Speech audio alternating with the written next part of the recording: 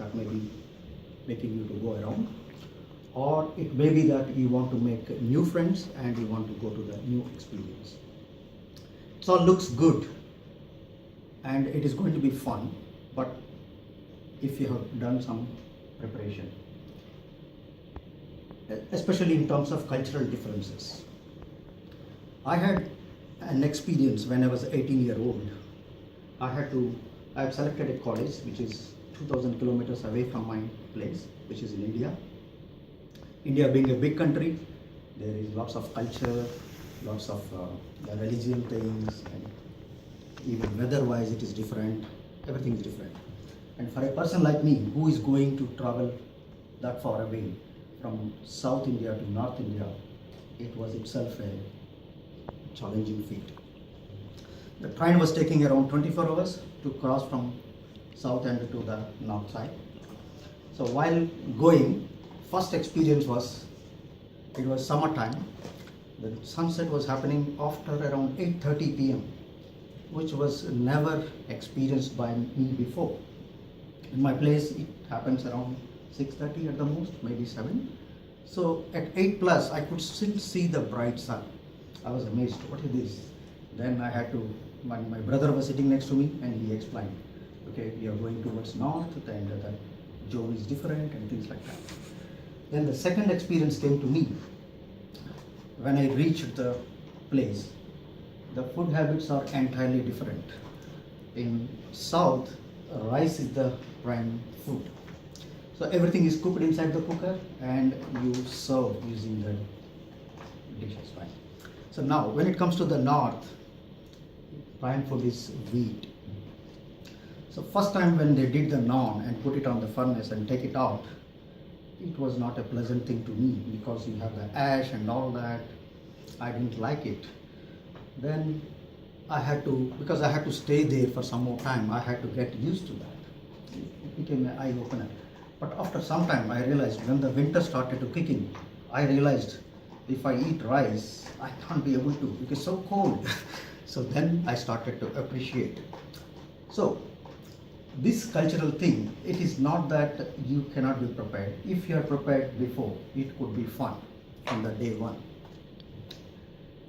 Then the other thing is about cultural blindness. You would have read in the newspapers about these cultural differences and how it impacts in the global world. There is one Chinese delegation went to Europe on a trip. So when they came back, they were lambasted on the newspapers for their bad behavior there. The host called them for a dinner, and by the way, what is your dinner time here? Normally around 6 or 6:30.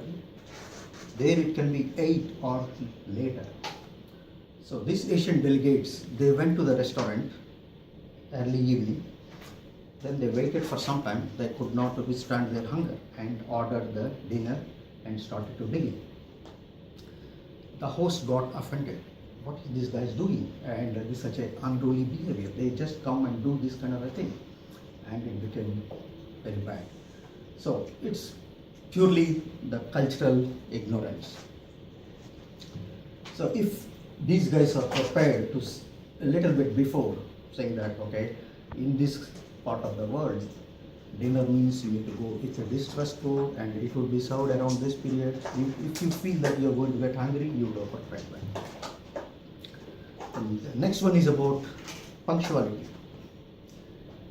The time sense can vary from culture to culture and from person to person also.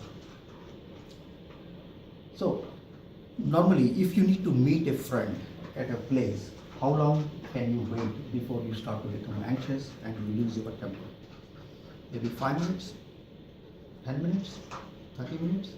It depends where you are and where you are going to.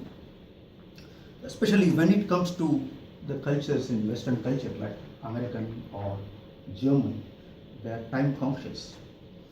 So if you have an appointment, you better go on time before they get into bad mood and you lose the whatever business deal you want to make.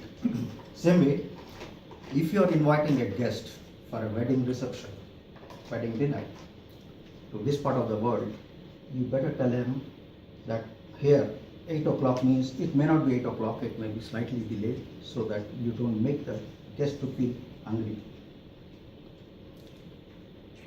Then the other thing is about public transport.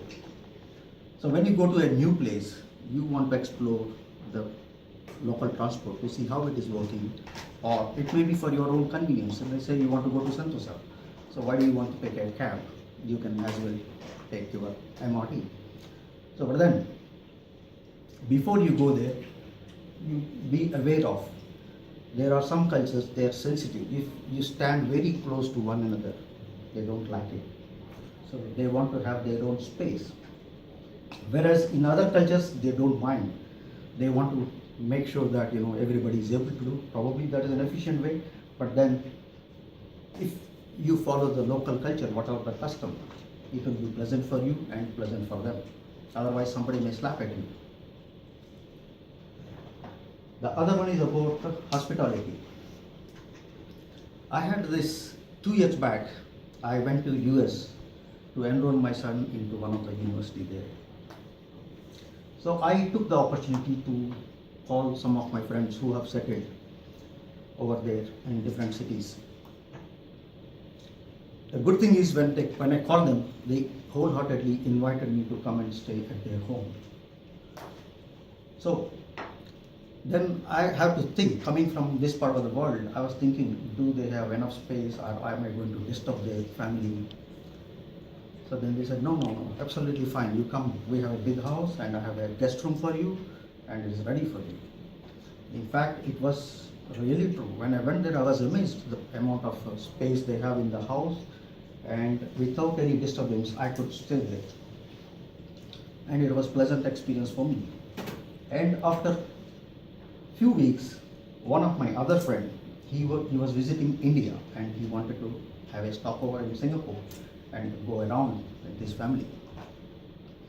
So I had this in mind. I told him firstly, you are welcome to come and stay with me, but I want to caution you, in Singapore we live in apartments, okay? And when you come, you need to do little adjustment. You will have a room, but you will have a little adjustment, right? Because I prepared him, he was very well accepted and received it.